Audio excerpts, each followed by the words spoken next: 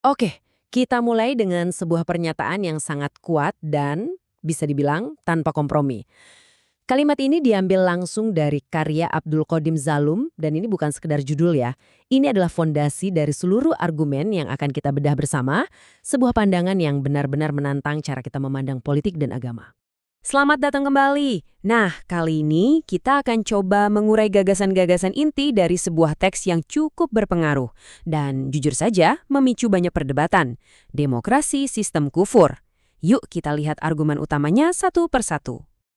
Baiklah, kita langsung masuk ke klaim utamanya. Menurut penulis buku ini, demokrasi itu bukan cuma beda sama Islam, bukan. Tapi, secara fundamental, demokrasi adalah sebuah sistem kekufuran. Apa sih maksudnya? Nah, sebelum kita lanjut, penting banget nih kita pahami dulu definisi kufur menurut penulis. Jadi ini bukan sekedar label umpatan ya. Dalam konteks ini, kufur itu merujuk ke sistem apapun yang sumbernya adalah buatan manusia, bukan wahyu Tuhan, dan isinya bertentangan dengan hukum Islam. Ini adalah kunci untuk membuka seluruh kritiknya. Jadi, penulis memposisikan demokrasi itu sebagai ciptaan manusia murni. Titik.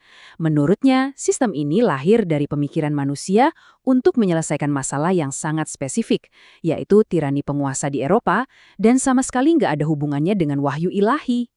Oke, kalau demokrasi itu buatan manusia, terus gimana sih asal-usulnya menurut sang penulis? Coba kita ikuti alur sejarah yang ia paparkan. Nah, di sini kita bisa lihat alur ceritanya. Dimulai dari raja-raja yang memerintah atas nama hak ilahi, tapi kelakuannya malah menindas rakyat. Akibatnya apa? Muncul reaksi dari para pemikir yang akhirnya melahirkan demokrasi. Jadi, menurut penulis, demokrasi itu adalah solusi lokal untuk masalah Eropa, bukan sebuah cita-cita universal. Wah, ini analogi yang kuat banget yang dipakai penulis. Coba lihat, di sistem monarki, tuannya itu raja, dan budaknya itu rakyat. Sedangkan demokrasi, katanya, berusaha membalik keadaan. Rakyatlah yang menjadi tuan atas dirinya sendiri. Ini adalah pergeseran kekuasaan yang sangat mendasar. Sekarang, kita sampai di bagian paling krusial. Kenapa sih penulis melihat sistem baru ini bukan cuma berbeda, tapi betul-betul bertentangan langsung dengan Islam? Nah, ini dia titik benturan pertamanya, soal kedaulatan. Simpelnya, siapa yang punya otoritas tertinggi? Siapa bosnya? Demokrasi bilang kedaulatan itu milik rakyat. Tapi menurut penulis, dalam Islam jawabannya cuma satu dan mutlak. Kedaulatan itu milik Allah. Dua pandangan ini menurutnya nggak akan pernah bisa ketemu. Lebih dalam lagi, teks ini mengenalkan konsep musyari atau sang pembuat hukum. Menurut argumennya, dalam Islam satu-satunya yang berhak menjadi musyari itu ya hanya Tuhan. Manusia sama sekali nggak punya wewenang untuk membuat hukum. Dari situ, kita masuk ke konflik kedua yang nggak kalah fundamental. Sumber hukumnya dari mana? Di demokrasi, sumbernya adalah akal manusia dan suara mayoritas. Rakyat bisa bikin, ubah, atau hapus hukum sesuka mereka. Di sisi lain, Islam, menurut versi penulis, sumber hukumnya ya wahyu ilahi. Jadi, pertanyaannya bukan lagi sekedar hukum apa yang baik, tapi siapa yang sebetulnya berhak bikin hukum. Dan inilah kesimpulan teologisnya.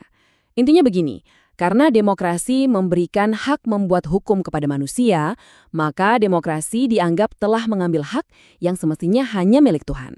Itulah kenapa menurut penulis, sistem ini disebut sebagai sistem kekufuran.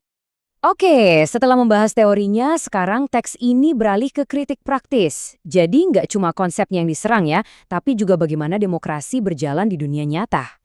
Penulis selalu mengajukan pertanyaan yang kelihatannya sederhana, tapi sebenarnya tajam banget. Oke, teorinya begitu, tapi dalam prakteknya, apakah demokrasi benar-benar menepati janjinya? Apakah sistem ini benar-benar berjalan sesuai yang diiklankan? Jawaban penulis tegas, tidak. Baginya, demokrasi di dunia nyata itu cuma ilusi. Janji-janji soal perwakilan rakyat itu dianggap mitos belaka. Dan keseluruhan sistemnya dibangun di atas kebohongan. Wah, keras sekali ya. Penulis kemudian mengidentifikasi apa yang ia sebut sebagai 4 pilar kebebasan dalam demokrasi. Ada kebebasan beragama, berpendapat, kepemilikan, dan kebebasan pribadi atau bertingkah laku. Nah, keempat pilar inilah yang kemudian akan ia kritik habis-habisan. Menurut argumennya, setiap kebebasan ini punya dampak buruk. Kebebasan kepemilikan, katanya, melahirkan kolonialisme dan eksploitasi. Sementara kebebasan pribadi atau bertingkah laku dituding sebagai penyebab kerusakan moral. Jadi, Ada hubungan sebab akibat langsung di sini menurut penulis. Tagal ini menarik sekali. Coba kita bedah. Di sebelah kiri ada janji-janji manis demokrasi, misalnya pemerintahan oleh mayoritas. Tapi di kanan ada realitas versi penulis. Penguasa itu sebenarnya dipilih oleh segelintir orang saja, dan yang diwakili pun bukan rakyat, melainkan para kapitalis kaya yang membiayai kampanye mereka. Dan ini mungkin salah satu kalimat paling keras dalam seluruh teks. Penulis menyimpulkan bahwa akibat dari kebebasan bertingkah laku yang tanpa batas, masyarakat demokratis itu derajatnya jadi jatuh, bahkan lebih hina daripada kawanan binatang. Sebuah kritik yang sangat pedas terhadap dampak sosial demokrasi. Untuk mendukung klaimnya yang keras tadi, penulis menunjuk beberapa contoh yang ia anggap sebagai bukti nyata kerusakan moral di masyarakat barat. Misalnya, hancurnya institusi keluarga, meluasnya budaya permisis, dan hedonisme. Semua ini dianggap sebagai buah pahit dari kebebasan yang kebablasan. Jadi kesimpulannya jelas. Bagi penulis, demokrasi itu gagal total. Teorinya dianggap cacat secara teologis dan praktiknya dianggap sebagai kekuatan yang merusak moral dan tatanan masyarakat. Vonisnya sudah final. Pada akhirnya, seluruh argumen dalam teks ini meninggalkan kita dengan satu pertanyaan besar yang sangat fundamental. Kalau sebuah sistem itu hanya mengakui hukum Tuhan dan semua hukum buatan manusia dianggap tidak sah, lalu seperti apa bentuk pemerintahannya? Apa implikasinya bagi kita semua?